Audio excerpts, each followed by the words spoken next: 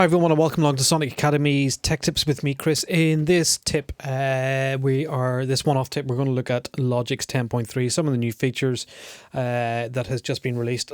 Apple have been very good to us Logic users over the last while, continually updating Logic and adding some great new features, and sometimes adding big synths like Alchemy. And yeah, we've got a whole new features here in 10.3. Really good, significant update, and lovely to see that Apple every few months has given us a refresh and really trying to keep a pace. So let's go through some of the stuff. One feature I can't show you, but I'll talk about is the support for touch bar. I don't have a touch bar laptop here with me, so I can't really look at it, but you can see the whole project on the touch bar. You can, much like Final Cut Pro, you can adjust smart controls. You can get up a musical keyboard and trigger drum pads and stuff. So great for those traveling musicians. Or those sitting in bed, putting children to sleep at night. You can sit with headphones on and bash away without the need for hitting keys and trying to remember where F sharp is on a quirky keyboard. So yeah, I think that might be something I'd need to play with and see. The touch bar does seem very thin, so how usable it is, not sure. I suppose the most obvious update that you guys will be looking at right now is the new flat design of the GUI.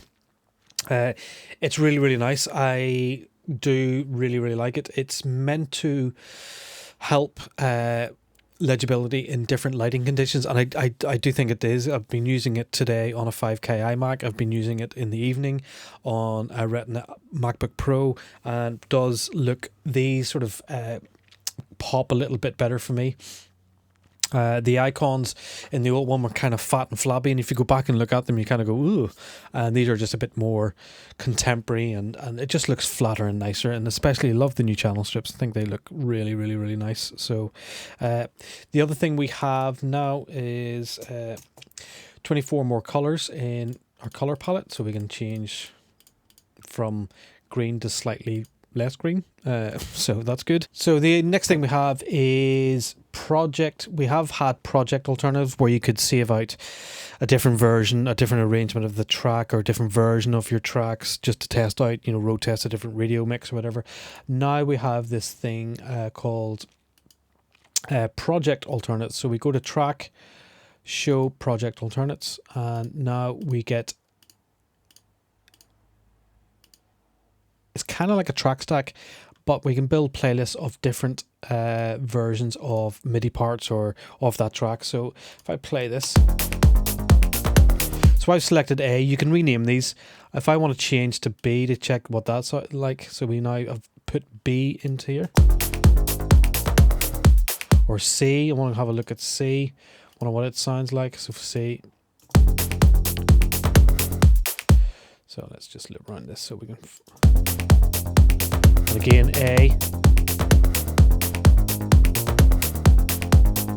C, and we can put up C, and we can rename flat BS1, and then we can go to B, and we can go to rename, change BS2, and then we can select A, and we can rename chorus bass.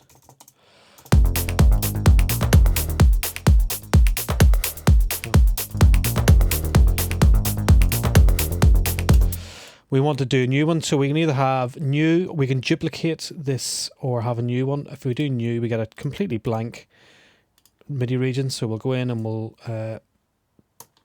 select brush tool,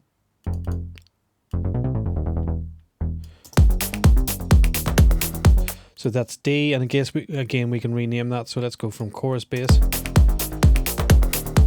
and then go to D, and we can grab these and copy up into our sort of main track and sort of make a comp of our playlist.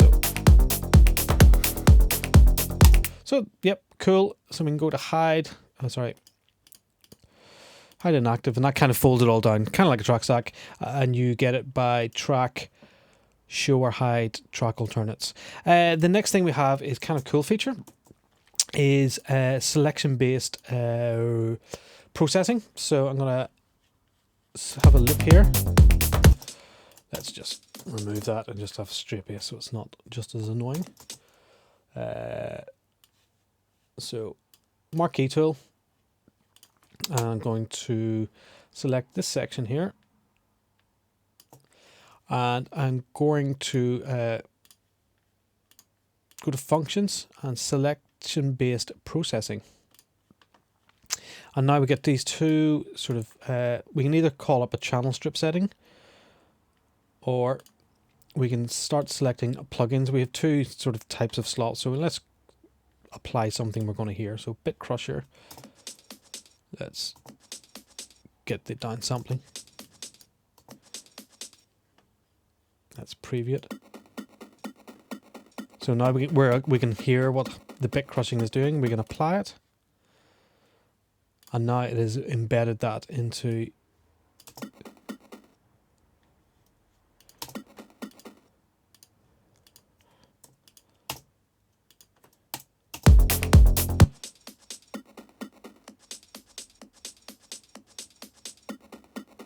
the audio file. So we can go again, marquee tool, select another selection,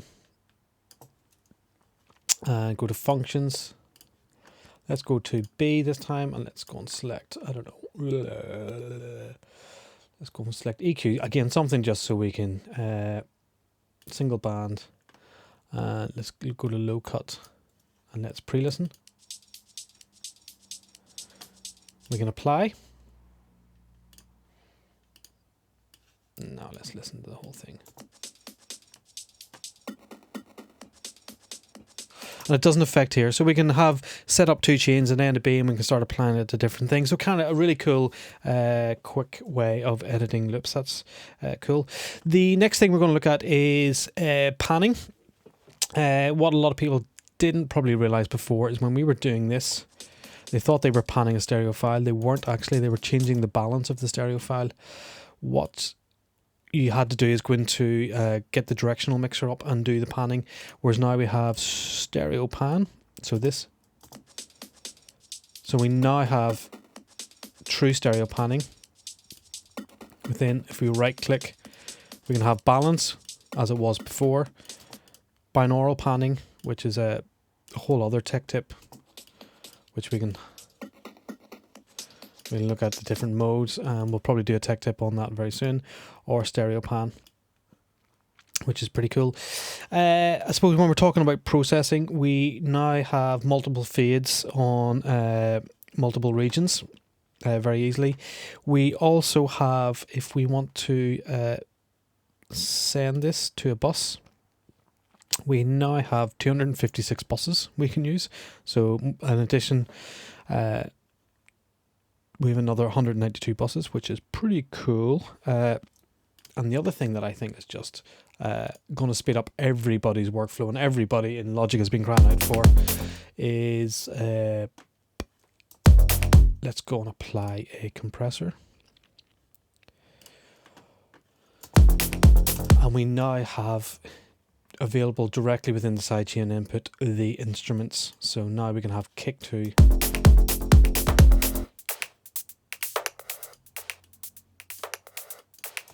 Instead of having to bus kick 2 to bus whatever 10 or 32, and then you select that as the input, we can now, as Ableton does, we can select instruments as our sidechain input. So everybody, every Logic user rejoice, because this is just going to speed up everybody's workflow. There you go, kick. So we can copy, paste.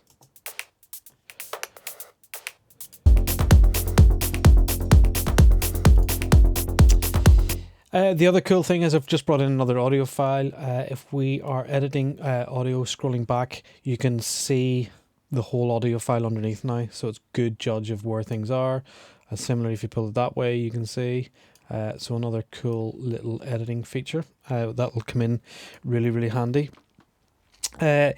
You can also change, let's go to some preferences, display. Let's go to tracks. We can now change the background from light to dark and customize it. And we can change the fader from dark and change the horizontal lines. So if we go dark, let's see, vertical lines are white, or you can change those to black, or horizontal lines for black, you can change those to white, or fade, or more. So quite customizable now to make it how you like it, how you want to set it up, which is kind of good. Shaded regions, if they're on a loop, you can have them shaded. So that's all pretty cool. The other thing while we're in here is audio. We have a new summing behavior. Rather than standard precision 32-bit, we have new high precision 64-bit. Still haven't played with it enough yet to hear any difference. Some people say Logic sounds better than Ableton.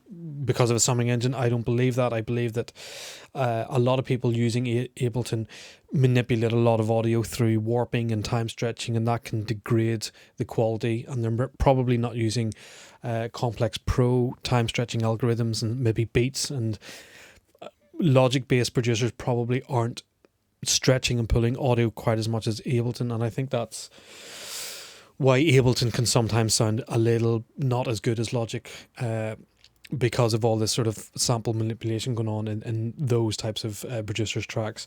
So yeah, this new summing engine, yet to see if it's going to make a kind of difference to the overall sound, which was all very, very good. Other things that have been added: if you do a track here now in Logic, you can save directly to the iCloud. Open up GarageBand on your iPhone or iPad and work away. And if you create a new track in there, it'll automatically sync, and the next time you open up Logic, those tracks that you created in GarageBand are there. And what's also available for GarageBand on iPads and iPhones is Alchemy. So you can do sound design and stuff in there, and it's all available to you. So there you go, guys. A quick overview of the new Logic 10.3, some of the new features. Yeah, another solid update from Logic, and really enjoying every sort of 6 months getting some new goodies and toys, and it keeps interest going, it keeps things refreshed and stuff. So hope you've enjoyed that. Hope to speak to you all very, very soon. Thanks everybody for watching, commenting, and indeed liking. We really do appreciate all the support we get here on our Sonic Academy YouTube channel. So if you found this video super useful, please, we'd love you to hit the subscribe button. We update the YouTube channel every week with new content. And if you want to watch some more relevant content, just click on the videos beside me.